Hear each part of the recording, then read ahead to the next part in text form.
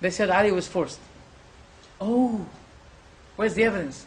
They have a narration that Ali said, look, if Ali does not give me his daughter, I'm going to make a propaganda against him that he stole money. So it was better for Ali's reputation to give his daughter to Umar rather than being accused that he's a thief. Oh my God. So he jeopardized his daughter, his fame, because you know, if we say, for example, in Islam, if a woman was forced to marry someone, is that contract valid? No.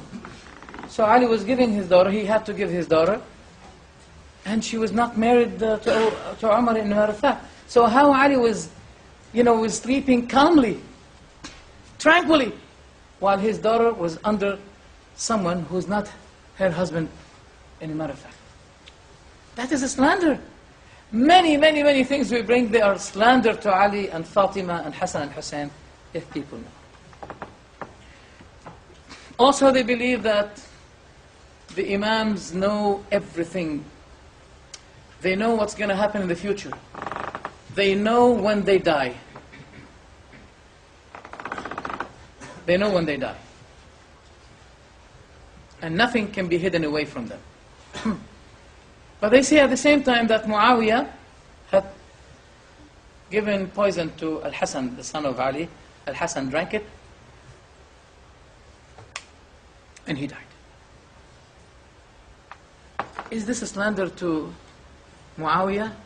No, it's a slander to Ali, Al-Hassan. Why? If he knows that when he's going to die, and why he's going to die, that means he committed suicide. He committed suicide.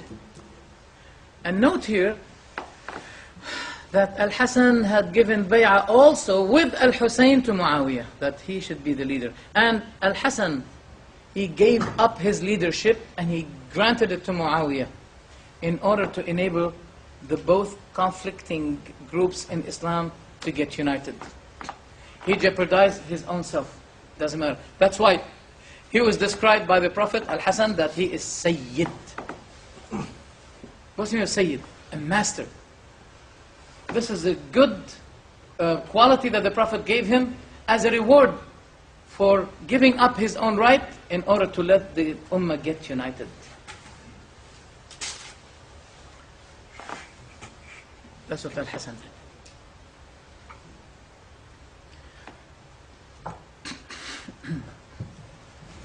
The imamate is one of the pillars of Islam to the Shia. Well, it shouldn't be. It's not a pillar. It is important. It is important because it has something to do with the unity of the Ummah and applying God's law. God's law cannot be applied without having a leader who will be implemented. Okay.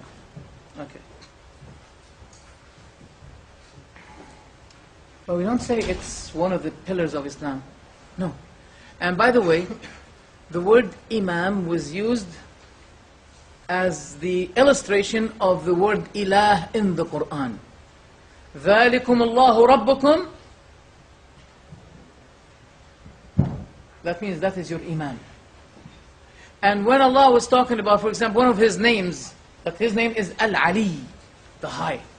They say, God used the word Ali, but He meant Al-Ali, but He meant Ali, the cousin of the Prophet ﷺ.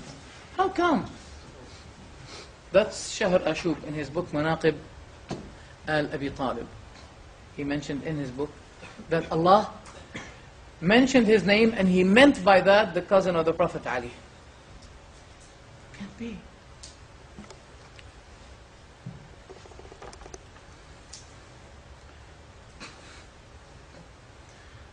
They say that the companions, some of them are hypocrites and some of them are good believers, good companions, etc., etc.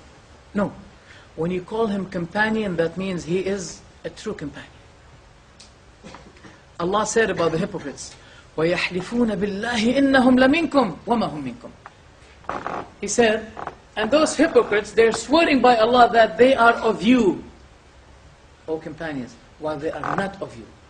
The hypocrites are not of you. That is why the companions of the Prophet are not hypocrites. The Shia say no.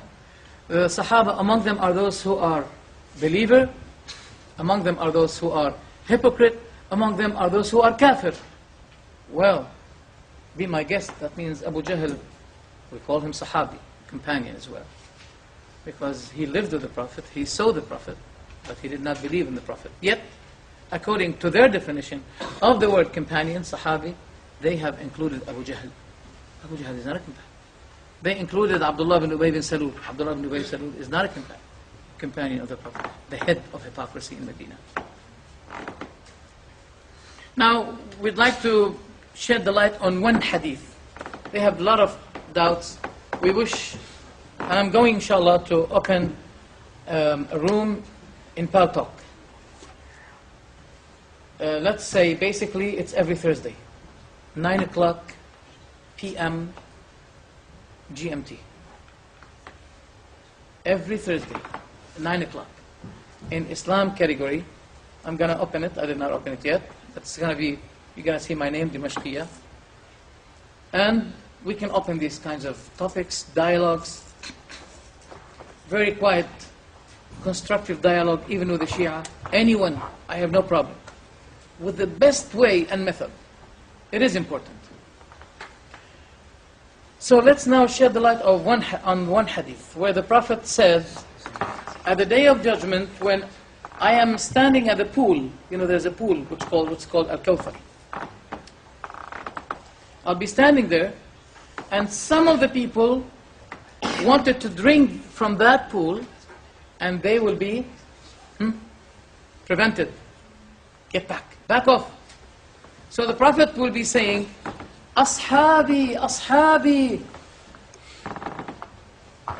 And it will be said to him, you did not know what they have done after you.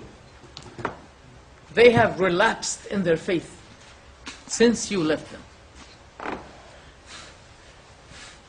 Now the Shia says, see, that supports what we say about the companions. See, the Prophet said, my companions, my companions. But they do not observe what the angels said to him, you do not know what they have done after you. So when the angel said that to him, he did not say anymore, my companions. Then he said, wretched is the one who have changed after me. He didn't say my companions anymore.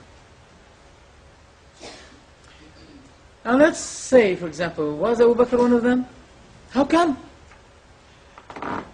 The hadith is talking about those who apostated after the Prophet's death, and those who refused to give the zakah, the charity, after his death. You know, emotionally they said, we're very sad for the Prophet's death. A charity that we used to be given to the Prophet, we're not going to give it after him to anyone else. We're very sad for his death. They're liars. Big liars. Now, and the apostates, just like Musaylama. Musaylama was very funny. He was a very high linguistic person. Very smart, but at the same time, God put him down. They said to him, Muhammad, in one of his fights, one person's eye fell down in the war. And the Prophet said, Bismillah, and pushed it back. The companion said, the one that the Prophet pushed became better than the other one who had no problem before. So they said to Musaylama, look what Muhammad had done to one of his companions. Can you do something to us like this? He said, bring me someone who's one-eyed. They brought him one with one eye. He put his hand on the problemed eye, then the other one fell down. The Prophet put his hand on someone who is bald, like me, and his hair grew up again. So they said to Musaylama, the Prophet did this to one of his companions. Can you do that? He said, yes. They brought him bald one who has some hair here like me. Then he put his hand on, and the other hair fell down. He became extremely bald.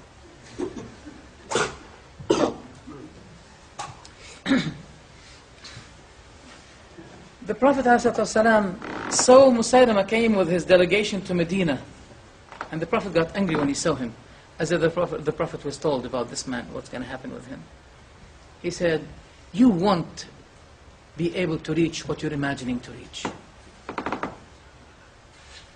And take my companion here, he will explain